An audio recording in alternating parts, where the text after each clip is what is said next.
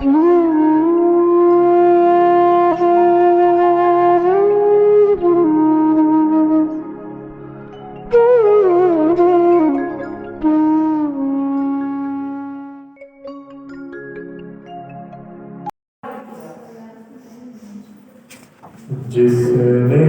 राग में नागिक जीते सब जग जाने दिया, सब जीवों को मोक्ष मार्ग इस प्रभु देख दिया। बुद्ध वीर जिन हरि हर ब्रह्मा या उसको स्वाधीन कहो, भक्ति भाव से प्रेरित हो यह चित्त उसी में लीन रहो। ऋषियों की आशा नहीं जिनके सामने भाव धन रखते हैं, निज पर के हित साधन में जो जिस दिन तत्पर रहते हैं, स्वार्थ त्याग की कठिन तपस्या बिना खेद जो करते हैं, ऐसे ज्ञानी साधु जगत के दुख समूह को धरते हैं। रहे सदा सत्संग उन्हीं का, ध्यान उन्हीं का नेक रहे, उन्हीं जैसी चर्या में चेत सदा अनुरक्त रहे। नहीं सताओ किसी जीव को, झूठ कभी नहीं कहा करो, पर धन का पर न लुभाओ, सबको सामत पिया करो। अहंकार का भाव न रखो, नहीं किसी पर क्रोध करो, देख दूसरों की प्रगति को कभी न ईर्ष्या भाव धरो। रहे भावना ऐसी मेरी, सरसत व्यवहार करो, बने जहाँ तक इस जीवन में औरों का विहार करो। कल हमने 5 पापों के बारे में देखा था कि नहीं सताओ किसी जीव को, यानी अहिंसा का पालन, झूठ कभी नहीं कहा करो, इसमें असत्य का त्याग और सत्य का पालन। फिर परधन पर ना लुभाओ, ये चोरी से बचने के लिए, और पर वनिता तो इसमें पुरुष वर्ग की अपेक्षा से वनिता, और यदि स्त्री वर्ग होते हैं तो उसकी अपेक्षा से पुरुष पर ना लेना। और परिग्रह में संतोषामृत दिया, संतोष रूपी अमृत का पान करने वाले ही सुखी रहते हैं, क्योंकि तृष्णा जो है बढ़ती जाती है और वो कभी भी शांत नहीं होती। जैसे अग्नि में जितना भी ईंधन डालो वो बढ़ती ही जाती है, वो शांत नहीं होती।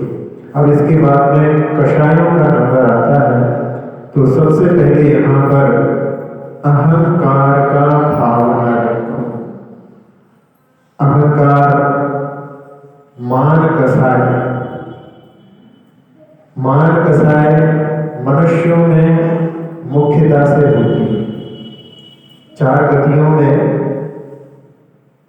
नरकों में जब जन्म होता है तो क्रोध कषाय, देवों में लोभ कषाय, त्रियंशों में माया कसाय और मनुष्यों में मान कसाय। छोटे से छोटे बच्चे तक अहंकार, अभिमान को समझते हैं। एक छोटा बच्चा अपनी माँ के साथ में हमारे आहार के बाद में एक जगह आता था और बैठा बैठा बहुत दूर से ही मुस्कुराता रहता था, खूब खुश होता रहता था। धीरे धीरे समय बीतता गया और नजदीकी आ गई तो वो पार्टी के पास में खड़ा होने लगा। अभी खड़ा नहीं हो पाता, धीरे धीरे खड़ा होने लगा। एक दिन खड़ा होते होते उधर से वो इस तरफ आ गया। बहुत सुंदर बच्चा था, सब लोग उसको अपनी गोद में लेने के लिए ललायत रहते थे, जो भी देखता था उठा लेता था उसको। अब वो जब हमारे पास में आया तो दोनों हाथ उठा करके कि हमको ऊपर उठाओ, और हमने कहा कि नहीं बस ऐसे हाथ से इशारा किया और वो बार बार कहे कि हमको ऊपर उठाओ, हमको ऊपर उठाया। जब लगा कि नहीं उठा रहे हैं तो बड़े बड़े आंसुओं से वो रोने लगे। और उसकी माँ थोड़ा किसी से बात करने के लिए थोड़ा इधर हो गई थी, वो आई और ऐसी बड़ी बड़ी आंसुओं से रो रहा था। उन्होंने उसको उठाया और उठाने के बाद में चुप करने की कोशिश करने लगे। वो मेरे को जब देख रहा था तो टेढ़ी टेढ़ी आंखों से बिल्कुल ऐसे जैसे कि सब हमें उठाते, आप हमें क्यों नहीं उठाते। यानी छोटा बच्चा भी समझता है। ये कसायों का जो संसार है, ये संसार अनादिकाल से चला रहा है। तो ऐसी मान कसाय अहंकार, जिसमें व्यक्ति अपने आप को उच्च समझता है और सामने वाले को तुच्छ समझता है, मैं ही कुछ हूं, ये जो भावना होती है वो अहंकार की होती है। और अहंकार जो होता है वो सब क्षणिक चीजों के ऊपर होता है। जो कुछ भी हमको मिल गया है वो सब क्या है, क्षणिक है। कोई भी चीज यहाँ पर संसार में स्थायी नहीं है। Nothing is permanent, everything is like peppermint. Peppermint जैसे उड़ जाता है, ऐसे ही संसार में जो भी चीज मिलती है समय आने पर सब छूट जाती है। और जो हमारा स्वरूप है, हमारा ज्ञान दर्शन है, वो कभी भी छूटने वाला नहीं है। लेकिन वो ज्ञान दर्शन हमारे पास क्या, सबके पास है। जो चीज सबके पास है उसके ऊपर अहंकार नहीं होता। जो कुछ विशेष होती है उस पर लोग अहंकार करते हैं। तो इस अहंकार के कारण व्यक्ति अपने आप को महान समझता है और वास्तव में उसका जो महान समझना है वो केवल एक गलत धारणा है। किन किन चीजों को लेकर के अहंकार होता है, आचार्य समंतभद्र स्वामी ने रत्नकर्ण श्रावकाचार में एक श्लोक के माध्यम से दिया। आप सभी लोग परिचित होंगे उससे। ज्ञानं पूजं कुलं जातिं बलवृद्धिं तपोबभू अष्टावाश्रित्वमानित्वं इसमें माहुर्गतस्मया। नहीं पढ़े आप लोगों ने? ये पीछे से पूछ रहे बच्चों से, नहीं पढ़ा? रत्नकर्ण श्रावकाचार तो बहुत प्रसिद्ध ग्रंथ है, पाठशाला में आप लोग पढ़ने लगे। धीरे धीरे धीरे करते करते ये सब ग्रंथ भी आगे आगे आएंगे और इनमें बहुत अच्छा विवेचन धर्म का किया गया है, तो उसका भी आप लोग पारायण करें। ज्ञान का भी बड़ा अहंकार होता है। ज्ञान का थोड़ा सा ज्ञान होता है और अपने आप को व्यक्ति समझने लगता है कि मेरे जैसा कोई दूसरा ज्ञानी नहीं। इसीलिए कहा जाता है कि अधजल गगरी छलकत जाए भरी गगरिया चुपती है। जिनको वास्तव में ज्ञान होता है वो अपने आप को ज्ञानी नहीं समझते और अज्ञानी ही अपने आप को ज्ञानी समझता है। तो ज्ञान का भी बड़े बड़े ज्ञानी हुए हैं। भर्तृहरि जिन्होंने 3 शतक लिखे हैं, उनको भी ऐसा लगने लगा कि मैंने बहुत कुछ कर लिया, मैं बहुत बड़ा ज्ञानी हूं। लेकिन जब कोई और विशिष्ट ज्ञानी से मिलना हुआ, उनके सामने ऐसा लगा कि इनके सामने तो हम सागर में बूंद के समान हैं, तब उनका अहंकार होगा। तो ऐसी चीज पर जो सर्वज्ञ और अवधि ज्ञानी, महाप्रिय ज्ञानी आदि के सामने अपन अपने जो क्षयोक्षम ज्ञान में भी मति और शुभ ज्ञान है, जैसे कल बताया था कि रायचंद जी के लिए जब ऐसा ज्ञान था, परसों बताया था कि रायचंद जी शताब्दानी थे। तो ऐसे ऐसे ज्ञानियों के सामने हमारा ज्ञान क्या है? उस पर क्या अहंकार करना। जयेंद्र वर्णी जी, जिन्होंने जैनेन्द्र सिद्धांत कोश की रचना की, पूरे जिनागम को उन्होंने अध्ययन करके और उनका शब्दकोश तैयार किया। आचार्य श्री जी के पास आए और आचार्य श्री परिचित नहीं थे, कभी देखा नहीं था, वो नमस्ते करके बैठ गए। फिर लोगों ने बताया कि ये जयेंद्र वर्णी जी हैं। फिर आचार्य श्री ने कहा, आचार्य श्री के प्रवचन हो चुके थे, उनसे कहा कि अब आप कुछ बोलिए। तो कहते हैं कि मैं इतने बड़े आचार्य के सामने अपनी जिह्वा कैसे खोल सकता हूं। इसी प्रकार से मोरा जी में जब वासना चल रही थी, किसी विषय पर सारे पंडित जी ऊहापोह कर रहे थे, समाधान नहीं मिल रहा था। बाद में ध्यान गया कि अरे वर्णी जी यहाँ बैठे हुए, इनसे पूछा जाए। उनसे पूछा तो उन्होंने 1 मिनट में जो है पूरा व्याख्यान वहां पर बता दिया। फिर कहा कि आप जब जानते थे तो पहले क्यों नहीं बोले? तो उन्होंने कहा कि इतने बड़े बड़े ज्ञानियों के सामने मैं अज्ञानी कैसे कुछ बोल सकता। तो ऐसी जो है धारणा, जो विनय से भरे हुए होते हैं, वो सभी के लिए प्रिय लगते हैं। अहंकारी व्यक्ति किसी के लिए अच्छा नहीं लगता।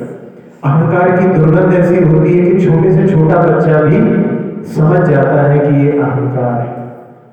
गांधी जी जब राजकोट में भी अधिवेशन हो रहा था, तो उस समय वहां पर मंच पर थे और उन्होंने देखा कि वहां पर एक व्यक्ति दूर पर, तो उनको लगा कि ये तो हमको स्कूल में पढ़ाते थे। और गांधी जी मंच से उतर करके उनके पास पहुंच गए, जाकर के उनके चरणों में प्रणाम किया। और वो तो सकपका गए कि गांधी जी मेरे चरणों में। तो उन्होंने कहा कि आप हमारे गुरु हैं, आपने हमको पढ़ाया है, आप भले ही भूल गए हो लेकिन मैं नहीं भूला। और उनके चरणों में बैठ गए। वहां पर मंच पर उनका कि गांधी जी अब ये करेंगे वो करेंगे, तो उनके गुरु जी कहते कि जाओ आप मंच पर जाओ। नहीं, मैं तो आपके चरणों में ही बैठा हूँ, मुझे यही अच्छा है। तो ऐसी विनय जो है, ऐसी विनय की जो सुगंध होती है, वो सबके लिए प्रिय लगती है। लेकिन अहंकार, मान कसाय किसी को अच्छा नहीं लगता। कई लोग ऐसा झूठा अहंकार पाल लेते हैं, उनको ऐसा लगता है कि सब काम में नहीं होता तो कुछ नहीं होता। समाज में भी, राजनीति में भी, हर जगह पर ऐसे कुछ लोग होते हैं जो झूठे अहंकार में जीते हैं। उनके लिए एक व्यंग्य जैसा उदाहरण है। एक बार एक हाथी एक बड़े से पुल के ऊपर से निकलने वाला था, तो एक मक्खी आकर के उसके पीठ पर बैठ गई। और जब वो पुल के ऊपर हाथी आया, तो हाथी का वजन ही इच्छा होता है, तो वो बड़ा पुल भी जो है थोड़ा सा कंपन करने लगा। तो उस समय में वो मक्खी सोचने लगी कि अरे मेरे बैठने से जो है ये पुल कपने लगा है। फिर अपनी ओर देख करके कि आजकल मैं बहुत मिठाई की दुकान पर जा रही हूँ, वेट बढ़ रहा है, और कहीं ऐसा ना हो कि ये पुल गिर जाए, मुझे उड़ जाना चाहिए, नहीं तो लोग मेरे लिए तोहमत लगाएंगे। और वो वहां से उड़ गई और सोच रही है कि मैंने पुल गिरने से बचा लिया। मतलब ऐसे भी अहंकार में, झूठे अहंकार में लोग जीते हैं। तो ये अहंकार जो होता है वो हमें अपने आत्म स्वरूप से दूर कर देता है, अपने आप को पहचानने से दूर कर देता है। एक होता है स्वाभिमान और एक होता है अभिमान, जिसको अहंकार कहते हैं। स्वाभिमान क्या होता है कि जैसे हम जैन हैं, तो हमको क्या क्या करना चाहिए, उसका यदि हम रखते हैं तो वो स्वाभिमान कहलाता है। और यदि हम झूठा अहंकार पाल करके रखते हैं, वो हमारे लिए अहंकारी होता है। आप लोगों के लिए एक घटना सुनाना चाहते हैं। एक बार गुजरात में ऐसा हुआ कि वहां पर शाह शब्द जैनों के आगे बहुत लगता है। आप लोग जानते होंगे गुजरात में अभी अमित शाह जी जो है वो भी श्वेतांबर जैन है, तो शाह सरनेम वहां पर बहुत ज्यादा प्रयोग होता है। दिगंबरों में भी वहां पर जो है शाह शब्द, शाह वहां पे दिगंबर भी लिखते हैं। और आप लोगों को जब शादी के कार्ड छपते हैं तो उसमें भी आपने देखा होगा कि वहां पर जो है साहजी साहब लिखते हैं, वहां पे साहा साहा लिखते हैं उसके लिए। तो ये एक सम्मान का प्रतीक था, जैन लोगों के सामने शाह लगाना ये सम्मान का प्रतीक था। तो एक बार ऐसा हुआ कि वहां पर जो गुणगान करने वाले होते हैं, भाट जिनको बोलते हैं, उन्होंने गुणगान करते करते ये कह दिया कि बादशाह में तो बाद में शाह लगता है, जनों में पहले शाह लगता है। अब ये थोड़ी सी बात जो है चुभने वाली थी और ये बात पहुंच गई बादशाह के पास में, और बादशाह ने उस भाट को बुला करके कहा कि तुम ऐसा कैसे कह रहे हो। तो उसने इतिहास को बताया कि पहले भी एक जगड़ू शाह हुए हैं जिन्होंने जब ऐसी परिस्थिति बनी थी तो पूरे राज्य का खर्च उन्होंने दिया था, और कुछ दिनों के बाद में ऐसा हुआ कि वहां पर अकाल पड़ गया और उसके कारण वहां पर राज्य पर संकट था। तो उन्होंने उस भाट को बुला करके कहा कि अब तुम जैनों के पास जाओ और उनसे कहो कि 1 साल का खर्च आपको देना है। यदि वो 1 साल का खर्च देंगे तो उनकी शाह की जो पदवी है वो बनी रहेगी, वरना हम उनकी शाह की पदवी छीन लेंगे। अब वो भाट उनके पास में आकर के कहने लगा कि ऐसी ऐसी परिस्थिति है, और उन्होंने 1 महीने का समय दिया है। 1 महीने का समय दिया है कि आपको 1 साल का खर्च जो है पूरे राज्य का निकालना है। 1 साल का खर्च आपको पूरे राज्य का निकालना है। अब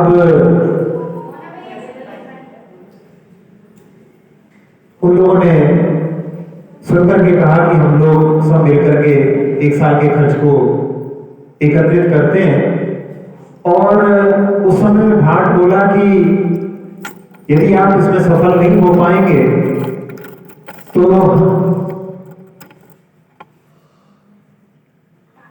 आप लोगों की पदवी छिन जाएगी, उससे मुझे इतना दुख नहीं होगा, उससे मुझे बहुत दुख होगा, भले ही मेरी मृत्यु हो जाए उससे मुझे दुख नहीं होगा। तो उन लोगों ने कहा कि 1 महीने का बहुत लंबा समय है और हम सब लोग प्रयास करके उसमें जरूर सफल होंगे। तो उन लोगों ने वहीं पर जिस शहर की बात थी वहां पर सब लोगों ने मीटिंग की और उसमें 6 महीने का खर्च उन्होंने वहां पर एकत्रित कर लिया। अब 6 महीने का समय, उस 6 महीने का जो है पैसा वहां पर एकत्रित हो गया। तो उन्होंने सोचा कि अब दूसरे शहर में चलते हैं, वहां से हम लोग बात करेंगे। और रास्ते में एक छोटा सा गांव पड़ता था। उस गांव में वो लोग जब वहां पर पहुंचे तो वहां के जो सृष्टि थे उन्होंने देखा कि ये लोग सब लोग दूसरे शहर जा रहे हैं। तो उन्होंने कहा कि आप हमारे यहाँ पर भोजन करिए, और आप किस काम से जा रहे हैं। तो उन्होंने बताया कि हम लोग ऐसे संकट आ गया है अपनी शाह पत्नी के ऊपर। तो उन्होंने कहा कि आप हमारे यहाँ भोजन करिए। तो भोजन तो उनको कहीं करना ही था, तो उन सब लोगों ने उनके यहाँ पर आतिथ्य स्वीकार कर लिया। भोजन हुआ और उन्होंने बहुत अच्छा कोई दामाद को खिलाता उससे बढ़ करके भोजन कराया। और उसी बीच में उन्होंने पूछ लिया कि हम भी कुछ आपको योगदान दे सकते हैं इसमें। तो उन्होंने कहा कि हाँ हाँ, हम तो सभी से योगदान लेने के लिए जा रहे हैं और आप भी जो है अपना योगदान दे सकते हैं। तो उसने कहा कि मैं अपने पिताजी से पूछ लूं। तो ठीक है, पूछ लीजिए। अब वो पिता से पूछने गया तो पिता ने कहा कि ये शहर वाले तो हमेशा ही दान करते रहते हैं, अपन लोगों को कम मौका मिलता है, तुम जाकर के उनसे कह दो कि साल भर का हाँ के लिए दें। जाकर के उसने कहा कि हमारे पिताजी तो कह रहे हैं कि पूरे साल भर का जो राज्य का खर्च है पूरा वो हमारे पिताजी यानी हम ही लोग देंगे। तो वो सारे लोग एकदम चौंक गए और कहने लगे भैया भोजन कराना तो ठीक है, लेकिन साल भर का खर्च कितना होता है आपको मालूम है। तो उसको ऐसा लगा कि इनको ऐसा नहीं लग रहा है कि हमारे पास इतना पैसा होगा। तो कहले आपको विश्वास नहीं होता है तो आप हमारे धन को देख लीजिए। तो उन लोगों को वास्तव में विश्वास नहीं था कि इतना साल भर का जो है राज्य का खर्च दे सकेंगे।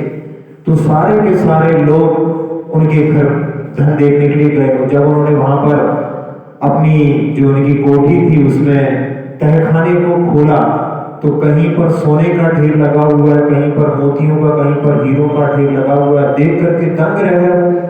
उन्होंने कहा आप 1 साल के, आप 12 साल के भी खर्च को चुकाने में समर्थ हैं। और वो वहां से 15 दिन 10 दिन में यहाँ पे लग गए थे पैसे इकट्ठे होने में, और वो लोग इधर गए, वहां से लौट करके 15वें दिन में वहां पर पहुंच करके नवाब के पास में पहुंच गए और नवाब से कहा कि वो सारे पैसे को हमने एकत्रित कर लिया। वैसे पहले नवाब सोच रहा था कि लोग क्षमा मांगने आए होंगे, और उस समय में उन्होंने कहा कि वो किसने दिया आपके लिए, कौन दे रहा है इतना पैसा? तो उन्होंने कहा एक व्यक्ति दे रहा है।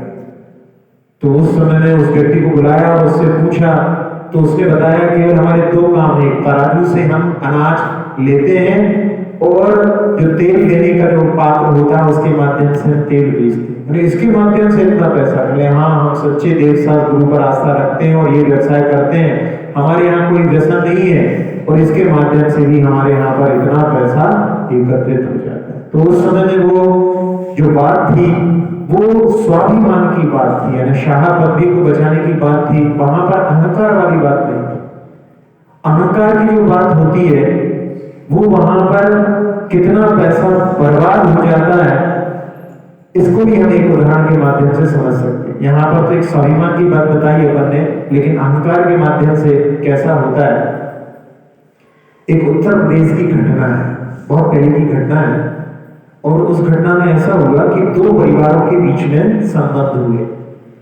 संबंध जब होते हैं तो उसमें अपने यहाँ पर जो संज्ञाएं हैं वो भी बड़ी सार्थक है। जैसे अपने क्या कहा जाता है, समधि। समधि कहते हैं, तो समधि का अर्थ क्या होता है? समान बुद्धि, समान आचार विचार वालों के बीच में जो संबंध होते हैं वो समधि कहलाते हैं। और जहां बेमेल संबंध हो जाते हैं तो वो वहां पर वो बाद में कितने प्रकार की तकलीफें परेशानियां आती हैं वो भी सभी लोगों के लिए जानकारी है।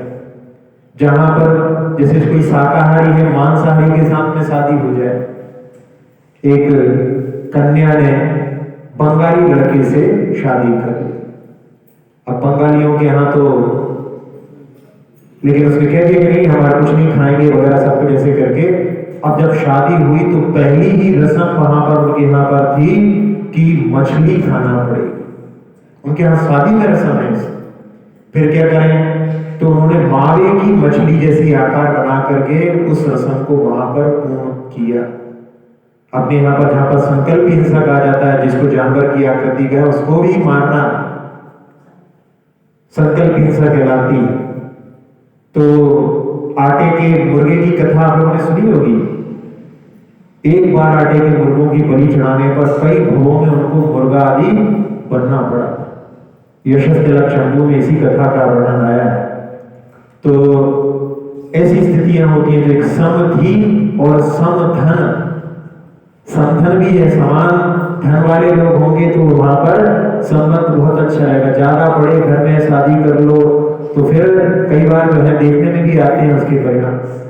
तो 2 परिवारों के बीच में जब संबंध हुए तो थोड़े दिनों के बाद में ऐसा हुआ कि जो पुत्री का पिता था उसकी मृत्यु हो गई।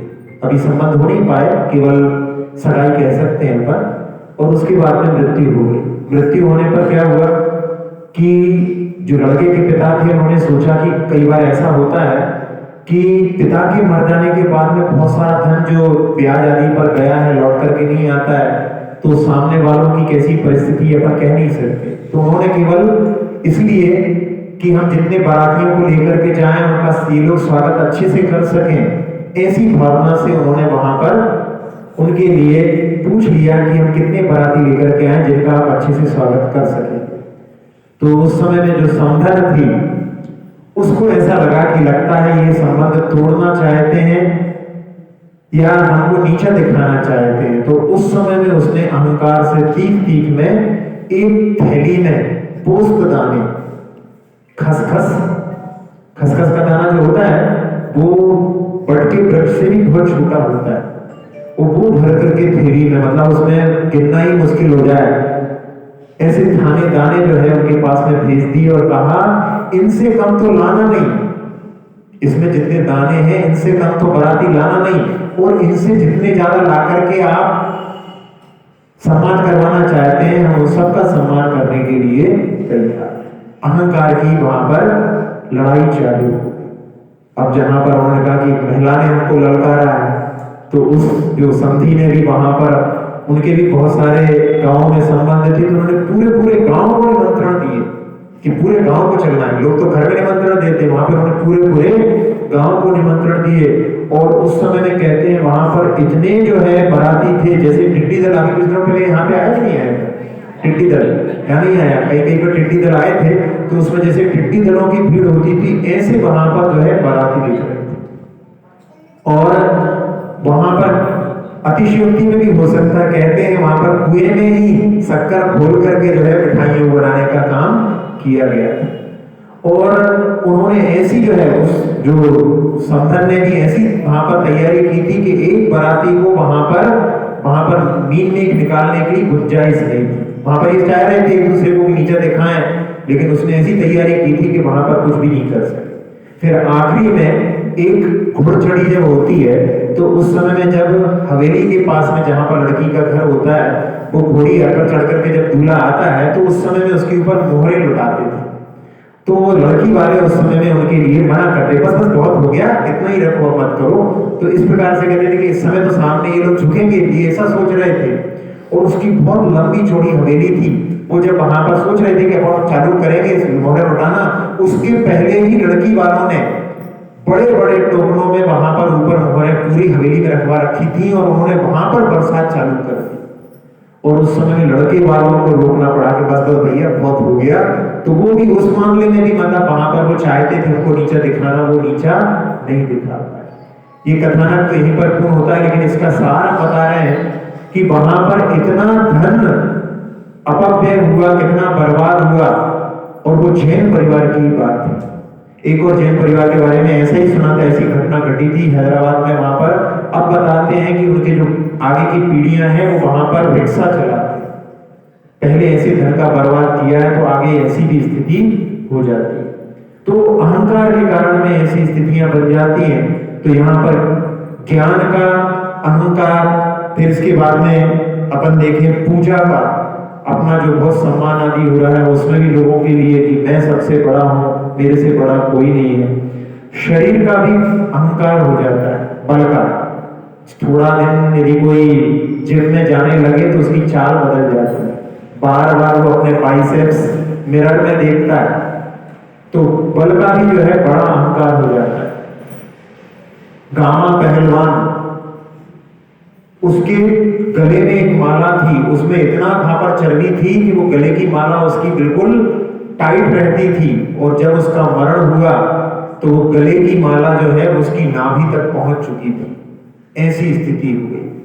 तो शरीर का बल भी, जबकि शरीर के बल में मनुष्य से ज्यादा बल बैल में होता है, बैल से ज्यादा बल अश्व में होता है, घोड़े में, घोड़े से ज्यादा बल भैंसे में होता है, भैंसे से ज्यादा बल हाथी में होता है, और हाथी से ज्यादा बल सिंह में होता है, और सिंह से ज्यादा बल फिर नारायण बलभद्र आदि बलभद्र नारायण में होता है, और इनसे ज्यादा बल देवों में होता है, देवों से ज्यादा बल इंद्र में होता है, और इंद्र से भी असंख्यात गुना बल तीर्थंकर में होता है। तो अतुल्य बल के धारी होते हैं तीर्थंकर। तो मनुष्य का बल देखा जाए तो क्या है, कुछ नहीं है, उस पर क्या अहंकार करना। फिर इसके बाद में कुल और जाति का भी, कुल होता है पिता का पक्ष और जाति होती है माँ का पक्ष। कई लोगों को अपने दादाओं का कि हमारे दादा ने मंदिर बनवाया, तो उन्होंने मंदिर बनवाया, आप उस मंदिर में और चार चांद लगाओ, ये तो ठीक है, लेकिन उन्होंने तो अच्छा कार्य करके पुण्य का अर्जन कर लिया, लेकिन आप उस पर अहंकार करके और अपने लिए पाप का भी अर्जन कर सकते हैं। कई लोगों को अपने मामा ननिहाल के ऊपर भी अहंकार हो जाता है, तो ये अहंकार भी हमारे लिए हितकारी नहीं है। तप का भी बहुत अहंकार हो जाता है। तप, उपवास करने वाले लोग जो रहते हैं, 10 उपवास कर लेते हैं तो ऐसा लगता है कि हमने बहुत बड़ा काम कर लिया। यदि आचार्य शांति सागर जी महाराज को याद करो, किसी को मालूम है कितने उपवास किए उन्होंने? 9,900 उन्होंने अपने जीवन में कभी दूसरे दिन आहार नहीं किया। 27 वर्ष का उनका जो श्रवण काल था उसमें 18 वर्ष तो उनके केवल उपवास में ही निकले। तो ऐसे बड़े बड़े महान उपवास करने वालों को देखें तो फिर वहां पर अहंकार की कोई बात नहीं रहती। तो यहाँ जितने भी अहंकार के जो साधन हैं उनके बारे में अपन सोचें तो वास्तव में अपना अहंकार कुछ भी नहीं। धन के ऊपर भी अहंकार करते हैं। जिनके महलों में हजारों रंग के फानूस थे, झाड़ उनकी कब्र पर और निशान बाकी नहीं। बड़े बड़े महल भी थे, फानूस लगे हुए थे, लेकिन अब उनकी जो कब्र है उस पर पेड़ उगते हैं, कोई देखने वाला नहीं। तो अहंकार जो है इस पंक्ति में लिखा है कि अहंकार का भाव बना रखो। एक बार एक और प्रसंग है कि अहंकारी व्यक्ति कभी भगवान के चरणों में झुक नहीं सकता। अहंकारी व्यक्ति कहीं नहीं झुक सकता क्योंकि अहंकार उसको कड़क बना देता है। एक बार एलिजाबेथ इंग्लैंड की महारानी अपने पति से दरखास्त करती है दरवाजा खोलने के लिए। नॉक नॉक, तो अंदर से आवाज आती है, हुज देयर, कौन है? तो वो वहां पर बड़ी गर्व से कहती है, मैं हूं इंग्लैंड की महारानी। पति दरवाजा नहीं खोलता। फिर उसके बाद में फिर जो है नॉक करती है, थोड़ी देर बाद में फिर पूछता है, फिर वही जवाब देती है, फिर भी दरवाजा नहीं खुलता है। तो वो सोचती है 2 बार बोली, ये पूछ भी रहे हैं फिर भी ये दरवाजा नहीं खोल रहे हैं। तीसरी बार फिर करती है और फिर वहां पर जब पूछती तो कहती थी, मैं तुम्हारी पत्नी, और दरवाजा खुल जाता। तो जब घर का दरवाजा भी अहंकार के कारण नहीं खुलता तो परमात्मा का द्वार अहंकार से कैसे खुल सकता है? भगवान के पास में आते हैं तो अपने लिए सभी जितने भी अपन समझते हैं अपने आप को, वो सब छोड़ करके जब भगवान के चरणों में आए तब हम भगवान को या अपने आप को प्राप्त कर सकते हैं। तो ऐसे भावों के साथ में यहाँ पर अपन ने इस अहंकार को समझा है। अहंकार में हमने ये भी बात बताई थी कि अहंकारी व्यक्ति सामने वाले को छोटा समझता है, तुच्छ समझता है, और उसके कारण में उसका अपमान भी करने से नहीं चूकता। अहंकार ऐसी चीज है। एक और व्यक्ति जैसा प्रसंग है, आप लोगों ने शायद सुना होगा। एक रियासत है राजस्थान में, खेतरी। वहां के जो राजा थे वो बड़े, अंग्रेजों के जमाने की बात है, बिल्कुल सरल, मतलब लगता ही नहीं था कि साधारण घूमने निकल जाए तो ये राजा है। तो वो स्विट्जरलैंड घूमने के लिए गए और स्विट्जरलैंड में वहां पर रोल्स रॉय एक कार बड़ी फेमस है, तो उसके शोरूम में वो गए वहां पर, और सिंपल जो है कुर्ता पजामा पहन के चले गए। तो वहां पर जो अटेंडेंट थे उन्होंने कहा कि ये व्यक्ति आया, कह नहीं निकल जाए, यहाँ पे ऐसे लोगों के लिए अलाउड नहीं है। तो उन्होंने समझा कि देखो हम कुर्ता पजामा पहने साधारण ड्रेस में आए हैं, तो ये हमें समझ रहा है कि हमारी हैसियत नहीं है कि हम कार खरीद सकें कि रोल्स रॉय। तो अगले दिन उन्होंने अपनी पूरी जो राजसी वेशभूषा रहती है और अपनी कार में वहां पर वो पहुंचे। अब जैसे ही कार में जब राजा साहब उतरने लगे तो उन्होंने रेड कारपेट वेलकम वहां पर उनके लिए कर दिया, और जाकर के उन्होंने वहां पर आप क्या लेना चाहेंगे, कौन सी कार लेना चाहेंगे, तो उन्होंने 4 कार बुक की वहां पर और उनको भारत में पहुंचा दिया गया जहाज के माध्यम से। और जब वो यहाँ पर कार आई तो उन्होंने क्या किया कि उन 4 कारों को वहां की जो नगर पालिका थी उनके लिए दे दिया कि इससे कचरा उठाया। अब क्या हुआ उससे? कोई कहता था बड़े गर्व से, जैसे रहता ना कि अरे हमारे पास में तो BMW है, कोई रोल्स रॉय कार है हमारे पास। अरे वही कार जिससे भारत में कचरा उठाते हैं, तो उस कंपनी की जो है कार बिकना बंद हो गई, ऐसी स्थिति हो गई। तो उस समय में उनकी वहां पर मीटिंग हुई, उन्होंने पूछा कि कारण क्या है, कार क्यों नहीं बिक रही है? तो पता पड़ा कि अपने अटेंडेंट ने एक राजा साहब की तौहीन की है, उसके कारण में उन्होंने उन कारों को वहां पर कचरा उठाने के लिए लगा दिया। तो फिर वहां पर उन्होंने एक डेलीगेशन वहां से स्विट्जरलैंड से भारत भेजा और उन्होंने जाकर के राजा साहब से क्षमा मांगी और 6 कार उनके लिए गिफ्ट दी कि आप ये 6 कार स्वीकार करो और कृपया उनको जो 4 कार हैं उनको वापस बुला लो, हमारी सारी जो है कंपनी ही डूब रही है। तब उन्होंने उनकी क्षमा स्वीकार करके और वो कार वापस बुलाई। उसके बाद में थोड़े देर में लोग भूल गए, लेकिन वो चर्चा जो है जब कभी आती है तो ऐसी घटना भी अहंकार के कारण हो जाती है। तो अहंकार का भाव न रखो, ये पंक्ति में बहुत सार भरा हुआ है। अब इसके बाद में नहीं किसी पर क्रोध कर। वैसे आप लोगों ने 10 लक्षण में क्रोध जो है प्रवचन सुने होंगे, तो ये सब बातें उसमें आई होंगी, लेकिन एक मेरी भावना की एक पंक्ति में भी यहाँ पर 10 लक्षण धर्म के भी कुछ बिंदु यहाँ पर छुपे हुए। तो यहाँ नहीं किसी पर क्रोध करो। आपसे प्रश्न है कि क्रोध करते हैं कि आता है? लोग कहते हैं कई बार के इनको बहुत क्रोध आता है, हमको बहुत क्रोध आता है। अब आता है इसका मतलब है जैसे हमको बहुत नींद आती है, अब वो आती है तो उसमें कुछ नहीं कर सकते। लेकिन यदि ये समझ में आ जाए हम कि हम क्रोध करते हैं तो हम क्रोध पर कंट्रोल कर सकते हैं। लेकिन यदि हम सोचें कि हमको क्रोध आता है तो फिर तो वो आएगा ही। तो आप लोगों के प्रश्न है, कुछ लोगों ने दोनों तरह के उत्तर दिए। फिर से एक बार कि क्रोध आता है कि करते हैं? क्यों भाई? पुरुष पर करते हैं। ये बहुत अच्छी बात है, क्योंकि हम जानबूझ करके क्रोध करते हैं। और क्रोध क्या होता है? क्रोध कैसा होता है? इसकी दिशा जो होती है वो निम्नगाह है। निम्नगाह क्या कहलाती है? नदी। क्रोध हमेशा ऊपर से नीचे की ओर बहता है। बहुत बड़ा ऑफिसर होगा, यदि मिनिस्टर के यहां से फोन आ गया, मूड खराब कर दिया, तो वो अपने सारे जो है सबऑर्डिनेट को बुलाएगा और उनको खूब डांटेगा। वो अपने छोटे उनके सबऑर्डिनेट को डांटेंगे और वो घर जाएगा तो वो अपनी पत्नी पर गुस्सा उतारेगा। और पत्नी जब गुस्सा हो जाएगी तो बच्चों को वो पीट करके गुस्सा उतारेगी। और पत्नी से जब पिट करके यानी मां से पिट करके जो बच्चा रहेगा तो अपने खिलौनों पर गुस्सा उतारेगा। यदि घर में कोई नौकर होंगे, सर्वेंट होंगे, तो उनको चिल्लाएगा, गुस्सा करेगा। और घर में नौकर होंगे तो वो बर्तनों पर और कपड़ों पर अपना गुस्सा उतारते हैं, पटक पटक करके। कई बार होता है, ऐसा नहीं होता। तो ऐसी स्थिति जो है निम्नगाह यानी नीचे नीचे की ओर जो है क्रोध की गति होती है। तो हम यदि चाहें तो क्रोध पर विजय प्राप्त कर सकते हैं। लेकिन दृष्टि रहती है अधिकतर हम छोटे लोगों पर ही गुस्सा करते हैं, बड़े लोगों पर गुस्सा नहीं करते। घर में जिनकी चलती है उनके सामने कोई गुस्सा नहीं करते, मालूम है भाई हमारा सब कुछ बंद हो जाएगा।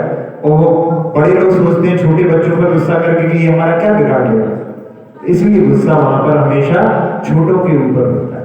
लेकिन अध्यात्म की दृष्टि से देखें अपन तो कौन छोटा कौन बड़ा, सभी आत्माएं अनंत काल से संसार में है, कोई बिगनिंग नहीं है, तो सभी जो है समान है। ऐसी दृष्टि जहां पर आ जाती है वहां पर छोटे से छोटे बच्चे के लिए भी, जैसे कि बर्नी जी के जीवन की एक घटना सुनी होगी आप लोगों ने। बर्नी जी के हाथ में जो अंगूठी थी, वो अंगूठी में हीरा लगा हुआ था। और वो एक बार वहां पर पंचकल्याण में प्रवचन कर रहे थे और वो कुछ बोलते बोलते ऐसा हाथ कुछ हुआ कि वो उछल करके वो गिर गई, लेकिन समझ में नहीं आया उस समय। उस सुबह जब उठ करके, रात में तो जाकर के सो गए, सुबह उठ करके सामायिक करने लगे तो हाथ के ऊपर हाथ जब रखा हाथ, तो वो कांटे उसके चुभने लगे। चुनेंगे नहीं चुनेंगे? जिसमें से हीरा निकल गया वो अंगूठी यदि हाथ के ऊपर रखी हो उल्टी तो वहां पर समझ में आ जाएगा कि भैया वो हीरा तो गिर गया। अब उस समय में वो हीरा 500 रुपए का उस जमाने में, तो वो थोड़ी चिंता सी उत्पन्न हुई। फिर उन्होंने कहा भैया परिग्रह का तो स्वरूप ही ऐसा है। कल अपन ने परिग्रह के बारे में समझा था। परिग्रह तो बांध करके रखता है, परिग्रह तो दूध देने वाला होता है। आता है तब दूध देता है, संभालो तो दूध देता है, जाता है तो दूध देता है। ऐसा सोचते सोचते उन्होंने कहा परिग्रह का स्वरूप ऐसा, इसको छोड़ोगी तो सामायिक करो। और जब दोपहर में जब उनको बोलने का समय आया तो उन्होंने उस समय में कह दिया कि भैया हमारे हाथ की अंगूठी खो गई, हमें वो हीरा खो गया है, यदि किसी को मिले तो वापस वापस करना चाहे तो वापस कर सकता है, यदि नहीं वापस करना चाहे तो 500 रुपए से कम का ना बेचे, नहीं खुद का भी घाटा ना हो, जिसको मिल जाए तो। एक बच्चे को दिखाई दे गया और वो बच्चा जो है पंडित जी के पास में ले आया और कहने लगे ये हमको मिला है। तो पंडित जी ने पूछा कि तुम्हें ऐसा नहीं लगा कि रख लें? कहले वैसे मन में तो आया था, लेकिन एक और देख रहा था, कोई और देख रहा था, इसलिए हमको आना पड़ा, वैसे तो मन में भाव आ गए थे। फिर कहने लगे कि वो लड़का कहने लगा, कहले एक बात कहें? तो पंडित जी ने बोला हाँ बोलो। कहले आप ब्रह्मचारी हो और आपको ये शोभा देता है कि आप हीरे की अंगूठी पहनो। तो पंडित जी उस समय वैसे में जो है बड़े लोग थे, बड़े थे, चाहते तो गुस्सा हो सकते थे छोटे पर, लेकिन वो तो कहने लगे तय तो हमारा गुरु है, छोटे से बच्चे से। और उस समय में वो एक चमेली का तेल भी लगाते थे, इतना तेल का प्रयोग करते थे कि उतने तेल के पैसे में किसी का भोजन हो जाए। तो था शौक उस समय में, शुरू के जो था उस समय थे, तो उन्होंने उस समय दोनों चीजों का त्याग कर दिया। तो ऐसी दृष्टि यदि आ जाए तो उस समय में हम क्रोध से भी बच सकते हैं। वैसे क्रोध के बहुत सारे कारण होते हैं, आप लोगों ने सुने होंगे कि यदि कोई कुछ बात कह रहा हो और उसकी बात को टोक दिया जाए तो व्यक्ति के लिए गुस्सा आता है। पति पत्नी में होता है अक्सर। बच्चे ने पिता से पूछा कि ये दो देशों के बीच में लड़ाई क्यों चलती रहती है? तो उन्होंने कहा कि ये तो इनका जो है राजनीतिक कारण है। अंदर से पत्नी बोली राजनीतिक कारण नहीं है, आर्थिक कारण है। बस जहां पति के लिए बोला तो वहां पर वो गुस्सा में तुम क्या जानती हो? अरे कहले मैंने एमए किया है इकोनॉमिक्स में। बस आपस में लड़ाई होने लगी। बच्चा बोलने लगा कहले हमको समझ में आ गया कि दो देश क्यों लड़ते हैं, आपको बताने की जरूरत है। तो ऐसी जो है कारण बन जाते हैं। अस्वस्थता में भी गुस्सा ज्यादा आता है। जो लोग सेवा करते हैं बुजुर्ग लोगों के लिए, उनको भी ध्यान रखना चाहिए। जो बुजुर्ग हैं, घर से निकल नहीं पाते, एक ही जगह पर रहते हैं, बड़ी विपरीत परिस्थिति रहती है, उस समय सेवा करने वालों को बड़ी कुशलता के साथ में करना चाहिए। फिर अज्ञानता के कारण भी क्रोध आता है। जैसे आप लोगों को बचपन की कथा पढ़ी होगी आप लोगों ने कि वो जो नेवला पाल रखा था और वो नेवला खून से उसका मुख लथपथ था, तो उस समय में उसने मटके को उसी के ऊपर पटक दिया। बाद में फिर पछताती है कि अरे इसने तो हमारे पुत्र की रक्षा की थी। तो अज्ञानता के कारण भी क्रोध आता है। और क्रोध आता है अपेक्षा पूर्ण नहीं होती, उस समय में भी क्रोध आता है। जबकि कहा जाता है, सब लोग जानते हैं कि root cause of frustration is expectations. जितनी अपेक्षा करेंगे वो अपेक्षा पूर्ण नहीं होगी तो क्रोध आएगा। लेकिन क्रोध से बचने के लिए हम क्या क्या कर सकते हैं? एक तो है शिकायत करने में विलंब करें। शिकायत कर देते ना जल्दी से, शिकायत नहीं करें, थोड़ा देर उसमें सोचें उसके बारे में। एक बताते हैं, एक देश में वहां की सेना में ये बोला है कि इतने समय के पहले भी शिकायत करोगे तो तुम्हें को दंड मिलेगा, क्योंकि वो मालूम है इतना समय तक यदि वो रुक जाएगा तो अपने आप ही वो सारा गुस्सा दूर हो जाएगा। विलंब करने से बहुत सारी जो है बातें टल जाती है। जल्दी का काम जो है खतरे वाला होता है।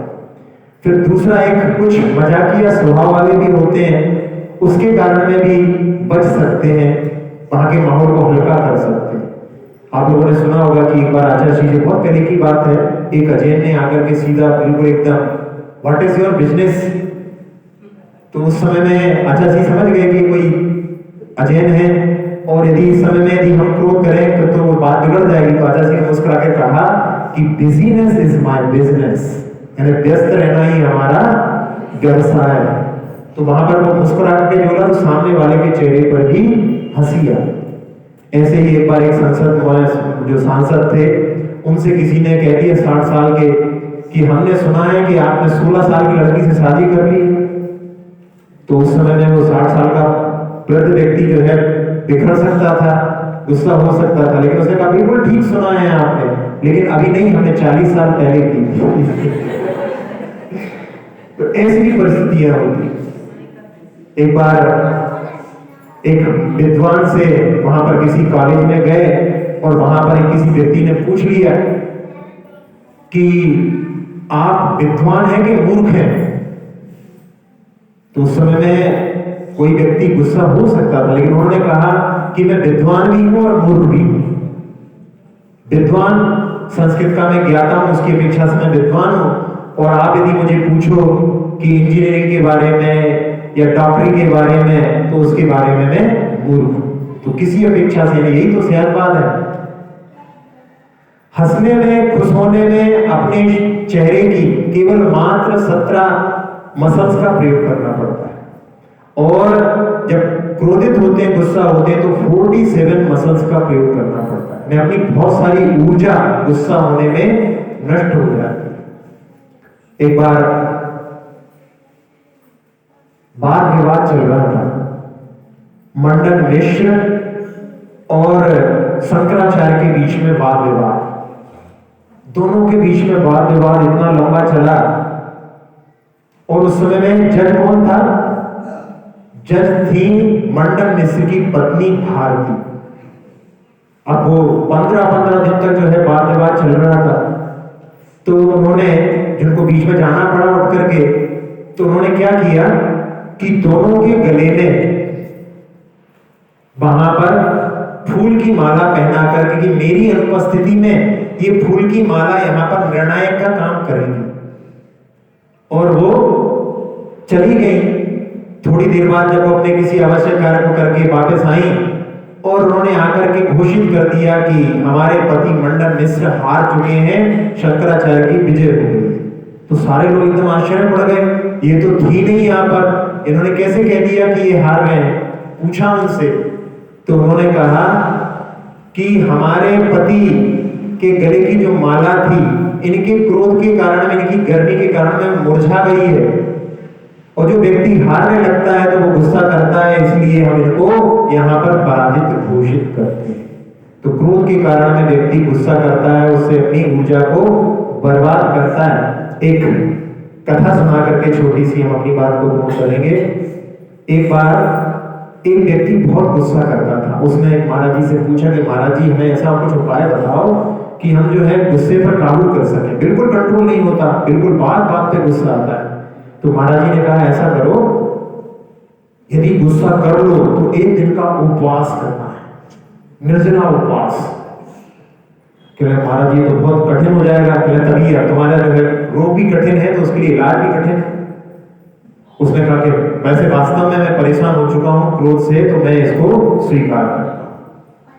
अब वो जो है बिल्कुल गुस्सा नहीं करते, घर में देखते सब लोग, फिर बड़ा अच्छा परिवर्तन हो गया। बहुत दिनों तक अच्छा चलता रहा। एक दिन जो है लड़के ने आकर के कहा कि वो इतना घाटा मेरी जो है गलती के कारण में लग गया, और उस समय में उनके मुख से बिल्कुल गाली हराम ऐसी करके पूरी एकदम निकल गई। अब निकल गई तो गुस्सा तो आ ही गया है। अब जो लिया है नियम तो उपवास, गर्मी का समय, जेठ का महीना, दिन तो जैसे तैसे निकल गया, और रात में घड़ी पास में रख करके सो रहे, और बार बार घड़ी का कांटा चल ही नहीं रहा, उठा के देख रहे बंद तो नहीं हो गए।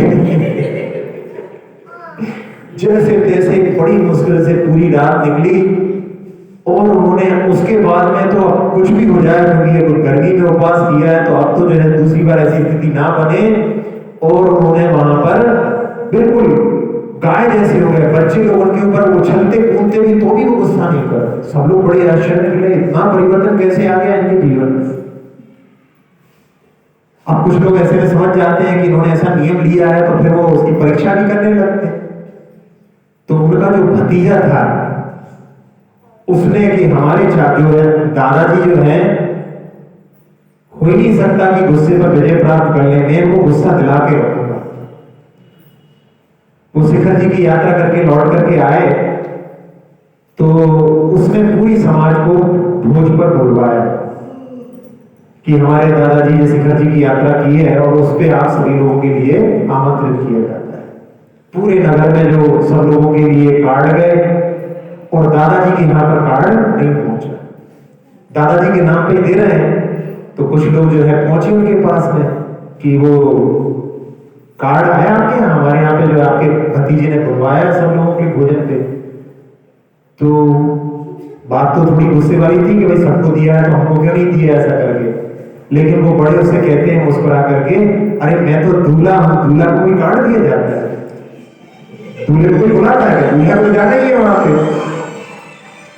फिर इसके बाद में वो जब समय आया तो सबके घर में जा करके बुला करके लेकर के आया कि चलो भोजन के लिए चलो, भोजन के लिए चलो। यानी इसका घर यहाँ पे है तो बगल में से भी आवाज आ रही है कि भोजन के लिए चलो, भोजन के लिए चलो, पीछे से भी आवाज आ रही है, सबके यहाँ से आवाज आ रही है, लेकिन दादाजी को नहीं। सब जा रहे हैं और सब वहां पर बोल भी रहे हैं कि चलो भाई चलो, एक दूसरे को बोलते भी है कि चलो हम जा रहे हैं भोजन करने के लिए। तो दादाजी बोला तो वो ही है तैयार होकर के, बिना बिल्कुल क्रोध तो करने नहीं है, वो सामने उपवास दिख रहा है और बिल्कुल वो आराम से वहां पर धीरे धीरे धीरे चलते चलते पहुंच गए। अब वो जैसे ही वहां पर देखा कि सब लोग आ रहे हैं तो सबको जो है वहां पर जय जिनेंद्र सबके नाम ले लेकर के सबको बुलाया, सबको पास जाकर के लेकर के आया, लेकिन दादाजी को बिल्कुल इधर से उधर चला जाए, उधर से उधर चला जाए, उनको कोई नहीं पूछे, सबको बिल्कुल आकर के अच्छी ऊंची जगह पर बिठा ले। लेकिन दादाजी स्वयं चुपचाप आकर के एक जगह खाली थी, वो वहां पर बैठ गए। मन में वही कि गुस्सा तो कभी करने नहीं है। फिर इसके बाद में सबको जो है बुला करके वहां बिठाला था, वहां से कि आप बैठिए नीचे, सबको जो है परस्पर के पहले खिलाते थे मनोहर के साथ में, तो सबको वहां पर बुलाए, लेकिन दादाजी की बगल से लोगों को उठा के ले जाए, लेकिन दादाजी को बिल्कुल नहीं पूछे। फिर भी उन्होंने देखा कि सब लोग बैठ रहे हैं, अपनी भी कहीं पे जगह देख करके तो एक जगह तो कोई थोड़ी ऐसी मिली जाएगी, उन्होंने देखा और हाँ एक जगह थोड़ी सी दिख रही खाली, चुपचाप उठ करके जा करके बैठ गए। अब परसने की बारी आई तो वहां जहां से चालू करे वो दादाजी के पहले ही वापस, इधर से आया तो इधर से वापस चला जाए और सबसे खूब कहे मनोहर कर करके कि खाइए ना, शुरू करिए, ये लीजिए वो लीजिए, लेकिन दादाजी को बिल्कुल नहीं। खाली जो है थाली बिल्कुल, और खाली जो बर्तन जो भी है वो दादाजी बिल्कुल चुपचाप बैठे हुए हैं, चले बाद में उपवास भी कर लो थोड़ी देर के लिए। और सबको जो है परोसते परोसते परोसते फिर बाद में दादाजी के पास भी आया, और जो दादाजी को बिल्कुल पसंद नहीं था वही चीज वहां पर उनके सामने, जो कभी छूते नहीं थे, वो उनके सामने रख दी। फिर भी उन्होंने क्रोध नहीं किया, कहले भैया उपवास है तो ये भी अच्छा है, यही खा। तो ऐसे उन्होंने वहां पे जो भतीजे ने पैर पड़ करके बाद में क्षमा मांगी अपने दादाजी से और कहा कि वास्तव में आपने जो है महाराज जी से जो नियम लिया उसका अच्छे से पालन करके क्रोध पर विजय प्राप्त कर। तो यदि मन में कोई ठान ले तो हर चीज में सफलता मिल सकती है। तो आज अपन ने केवल 2 कषायों को लिया है कि अहंकार का भावना रखूं, नहीं किसी पर रोक। इसमें बहुत सारी चीजें ऐसी हैं कि जो अपन लोग चिंतन करके अपने जीवन को बदलने का भी प्रयास कर सकते हैं। आज हमने जिन्होंने स्तुति के लिए बोला था कि आज हम पूरी पाठ एक साथ करेंगे, आप लोगों ने भी सीख ली है तो साथ साथ में कर सकते हैं। अक्षर पद मात्रा से दूषित वचन अगर महीन रहे और प्रमाद कषाय के वश में सम्यक अर्थ विलीन किए, जिन वाणी माता मेरी सब त्रुटियों को क्षमा करे, जय आशीष शीघ्र हम सबको केवल लती रमा मिले, प्राप्त हमें हो बोधि समाधि परिणामों की शुद्धि हो, निज आत्म उपलब्धि शाश्वत सुख की सिद्धि हो, चिंतित वस्तु दात्री माता चिंतामणि उपमा भाती, करो वंदना पूर्ण विनय से शरण रखो मैं ये पाती, कर जिन वाणी स्तुति तन की ममता का, महामंत्र राजा